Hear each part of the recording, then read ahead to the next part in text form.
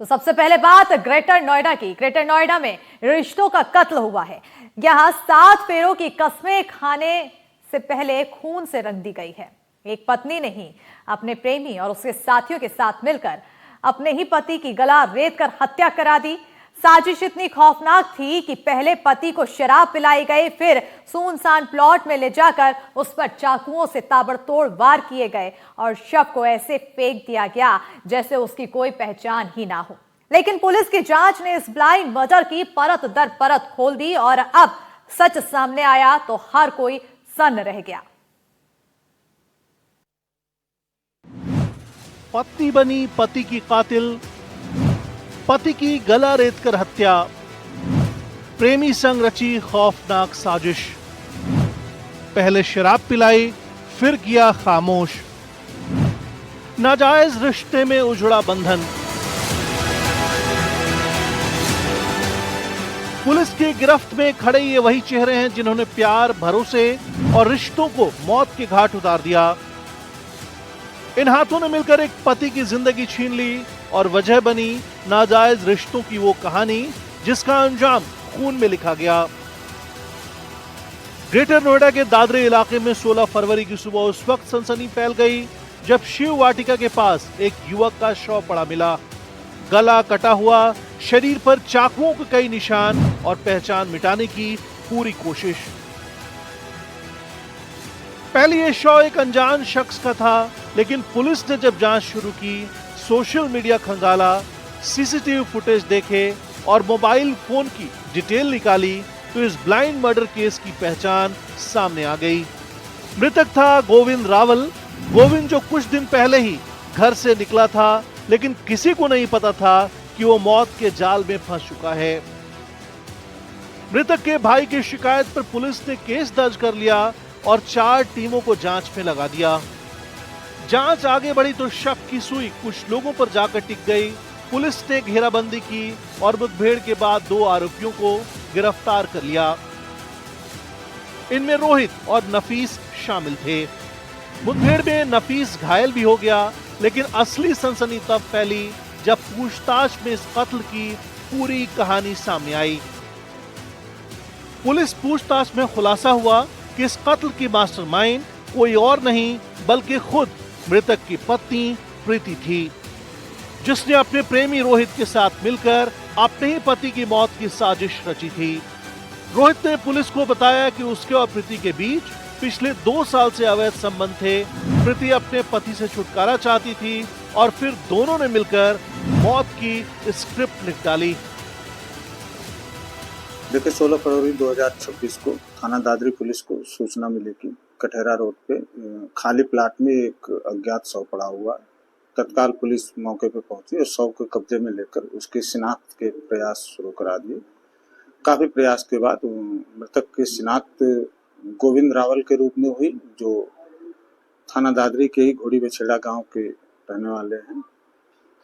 फिर वादी की तहरीर पे सुसंगत धाराओं में अज्ञात में मुकदमा पंजीकृत किया गया तथा उच्चाधिकारियों के निर्देश पे 4 टीमों का गठन किया गया इस घटना के अनावरण के लिए। और पुलिस ने manual intelligence, electronic surveillance, CCTV कैमरों की मदद से 24 घंटे के अंदर इस हत्या का खुलासा किया और 4 लोगों को गिरफ्तार किया, जिसमें से एक के साथ मुठभेड़ भी हुई।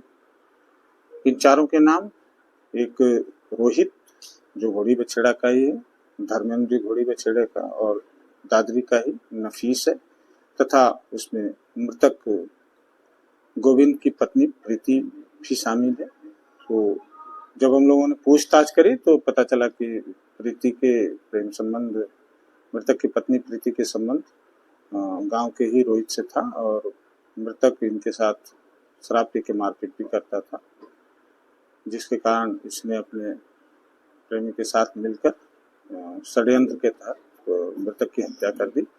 इन लोगों को जुडिशियल कस्टडी में जेल रवाना किया जा रहा है तथा इनकी निशानदेही पे आला कत्ल बरामद किया जा चुका है तथा नफीस के पास से एक नाजायज तमंचा और खोखा कारतूस और जिंदा कारतूस बरामद किया गया है। लेकिन अपराधी कितना भी शातिर क्यों ना हो, कानून के हाथों से बच नहीं सकता। इस मामले में पुलिस ने मृतक की पत्नी प्रीति, प्रेमी रोहित और उनके साथी नफीस और धर्मेंद्र को गिरफ्तार कर लिया है। वहीं हत्या में इस्तेमाल किए गए हथियार भी बरामद कर लिए गए हैं। 12 फरवरी को रोहित ने गोविंद को फोन कर बुलाया। दोस्त धर्मेंद्र और नफीस को भी इस साजिश में शामिल किया गया। पहले सभी ने साथ बैठकर शराब पी। गोविंद को इतना नशा कराया कि वो संभल नहीं पाया और फिर सुनसान प्लॉट में चाकू और बांके से गोविंद पर ताबड़तोड़ वार किए गए। गला काट दिया गया और उसकी लाश को बाउंड्री के किनारे फेंककर सभी आरोपी मौके से फरार हो गए। लेकिन अपराधी कितना भी शातिर क्यों ना हो, कानून के हाथों से बच नहीं सकता। इस मामले में पुलिस ने मृतक की पत्नी प्रीति, उसके प्रेमी रोहित और उनके साथी धर्मेंद्र और नफीस को गिरफ्तार कर लिया है। वहीं हत्या में इस्तेमाल किए गए हथियार भी बरामद कर लिए गए हैं। ये कहानी सिर्फ एक हत्या की नहीं है, ये कहानी है प्यार में अंधे विश्वासघात की, जहां एक पत्नी ही अपने पति की कातिल बन गई, जहां 7 फेरों का रिश्ता नाजायज रिश्ते की भेंट चढ़ गया और जहां इश्क खून में होकर गुजरा। यूपी के ग्रेटर नोएडा से एनडीटीवी के लिए नरेंद्र ठाकुर की रिपोर्ट।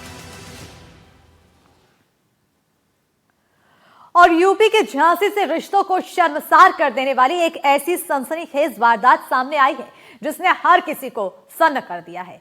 यहां एक छोटे भाई ने मामूली सी बात पर अपने ही बड़े भाई की कुल्हाड़ी से हत्या कर दी और फिर खुद छिपाने के लिए जब शव को घर के आंगन में 6 फीट गहरा गड्ढा खोदा, दफना दिया। हैरानी की बात यह रही कि आरोपी 10 दिन तक उसी घर में सामान्य जिंदगी जीता रहा।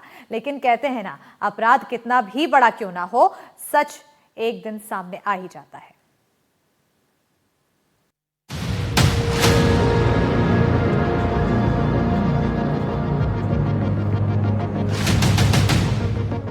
ये तस्वीरें झांसी के प्रेमनगर थाना क्षेत्र के बिहारीपुरा मोहल्ले की है, जहां रिश्तों का खून हुआ, भरोसे का कत्ल हुआ और एक भाई ही अपने भाई का कातिल बन गया।